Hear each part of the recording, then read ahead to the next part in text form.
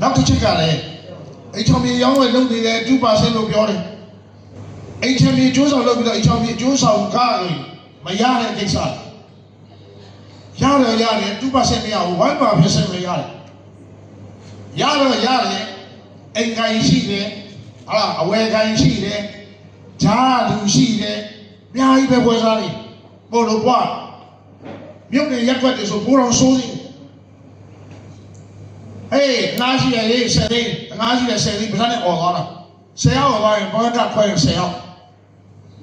သူတို့ကောင်းမေးပဲ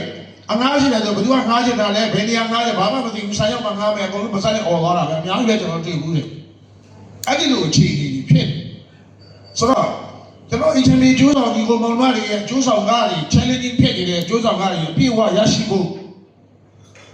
မရခဲ့ဘူးဆိုရင်ဒီအသင်းကြီးကအမခံချက်နဲ့လိုက်ပြီးလုပ်ပေးကင်ပေးနိုင်တဲ့အဖွဲ့အစည်းမျိုးလုပ်ချင်ဒီနှစ်ချက်ကောင်းလားဗျာဒီအမခံချက်နှစ်ချက်ကကောင်းလားမကောင်းလားကောင်းရင်လက်ခေါက်လေးတီးလိုက်ပါဦးကျွန်တော်ဥက္ကဋ္ဌလုပ်နေတော့ကျွန်တော်ဥက္ကဋ္ဌမှာတောင်းရှိတယ်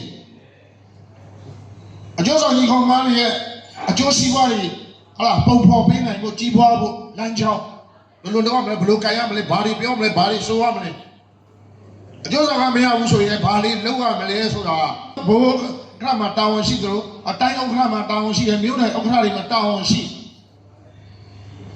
အမှုဆောင်တွေမှာတာဝန်ရှိဒါဆိုရင်အသေးစိတ်သိနေမှာလေတာဝန်ရှိတယ် certified HMB ကျိုးဆောင်တွေဖြစ်အောင်သင်တန်းတွေပေးပြီးတော့လက်မှတ်ရပြီးမှကျွန်တော်မြန်မာနိုင်ငံ HMB ဝန်ဆောင်မှုအသင်းကြီးကိုထူထောင်ပြီးတော့အသင်းလူအသင်းသားတွေကိုအာဆီယံနိုင်ငံကမ္ဘာနိုင်ငံတွေမှာနေပြည်တော်ပါဝင်တိုင်းဒေသကြီးပြည်နယ်15ခုလုံးပါဝင်ပြီးတော့တပြည့်တည်းနဲ့အကျိုးဆောင်ကြီးကိုပေါင်းလာပြီးပေါ်ထွန်းလာစေခြင်းနဲ့